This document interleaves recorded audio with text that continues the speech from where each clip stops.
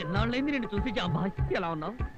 Glamorous గానే ఉన్నాను మాదా. నిన్ను చూసి ఎన్నాళ్ళైందో. ఎప్పుడో బనగానపల్లి బస్ లూటి కేసులో కోర్టుకెళ్ళినప్పుడు కనిపించావు. మళ్ళీ ఇన్నాళ్ళకు కనిపించావు. ఇంతకీ పెళ్లి